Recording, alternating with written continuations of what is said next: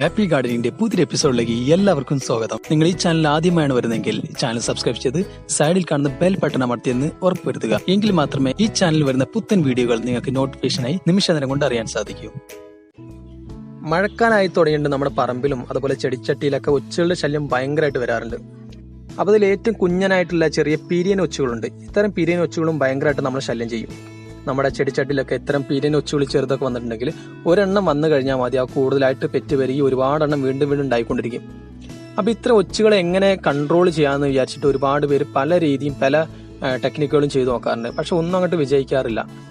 ഒരെണ്ണത്തിനെ കൊന്നു കഴിഞ്ഞാലും മണ്ണിൻ്റെ അടി 2-3 പിന്നെയും ഉണ്ടെങ്കിൽ അത് വീണ്ടും വീണ്ടും വളർന്നു വന്നിട്ട് വീണ്ടും മുട്ടയിട്ട് ഒരുപാടെണ്ണമായിട്ട് പിന്നെയും വരും.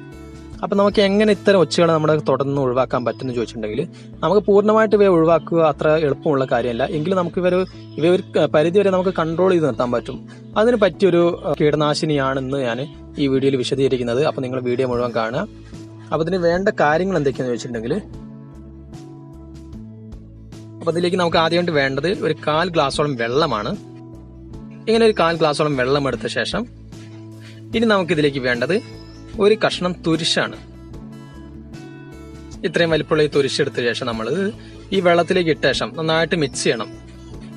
ആ മിക്സ് ചെയ്യാൻ വേണ്ടി നമുക്ക് അല്പം പൊടിച്ച ശേഷം ഇതിലേക്ക് ഇട്ട് കൊടുത്താൽ വളരെ പെട്ടെന്ന് അത് ഡൈല്യൂട്ടായി കിട്ടും.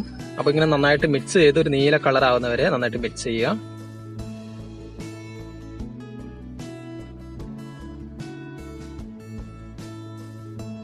ഇനി നമുക്ക് വേണ്ട കുറച്ച് പുകയിലാണ്. ഈ പുകയില കൊണ്ട് നമ്മൾ തലേ ദിവസം ഇതേപോലെ കാണുന്ന വെള്ളത്തിൽ നമ്മൾ ഇട്ട് വെച്ചിട്ടുണ്ടെങ്കിൽ ഈ നിറത്തിൽ നമുക്ക് പിറ്റേ ദിവസം ആകുമ്പോൾ പുകയിലയുടെ വെള്ളം കിട്ടും. ഇതാണ് നമുക്കിനി വേണ്ടത്. ഇത് രണ്ടും കൂടി മിക്സ് ചെയ്യുക. നന്നായിട്ട് മിക്സ് ചെയ്ത ശേഷം നമുക്ക് ചെടിച്ചട്ടിയിലും അതുപോലെ ഒച്ച് കാണുന്ന സ്ഥലങ്ങളിലൊക്കെ നന്നായിട്ട് സ്പ്രേ ചെയ്ത് കൊടുക്കുക, മണ്ണിൽ ചെറുതായിട്ട് ഒഴിച്ചു കൊടുക്കുകയോ ചെയ്യാം.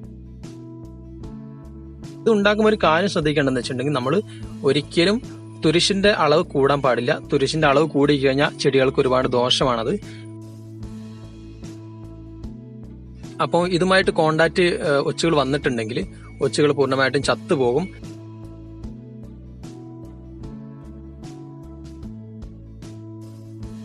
അടിയിൽ മണ്ണിന്റെ അടിയിലൊക്കെ കിടക്കുന്ന ഒച്ചുകളെ നമുക്ക് കൊല്ലാൻ കഴിയില്ല. അത് പുറത്ത് വന്നു കഴിഞ്ഞ ശേഷം മാത്രമേ നമുക്ക് ഇത് അപ്ലൈ ചെയ്തുകൊണ്ട് കാര്യമുള്ളൂ.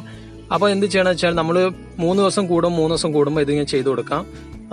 ഒച്ചുകൾ കാണുന്ന സ്ഥലങ്ങളിലൊക്കെ നന്നായിട്ട് സ്പ്രേ ചെയ്ത് കൊടുക്കുക. അപ്പോൾ എന്തായാലും ഈ വീഡിയോ നിങ്ങൾക്ക് ഒരുപാട് ഉപകാരപ്പെട്ടെന്ന് വിചാരിക്കുന്നു.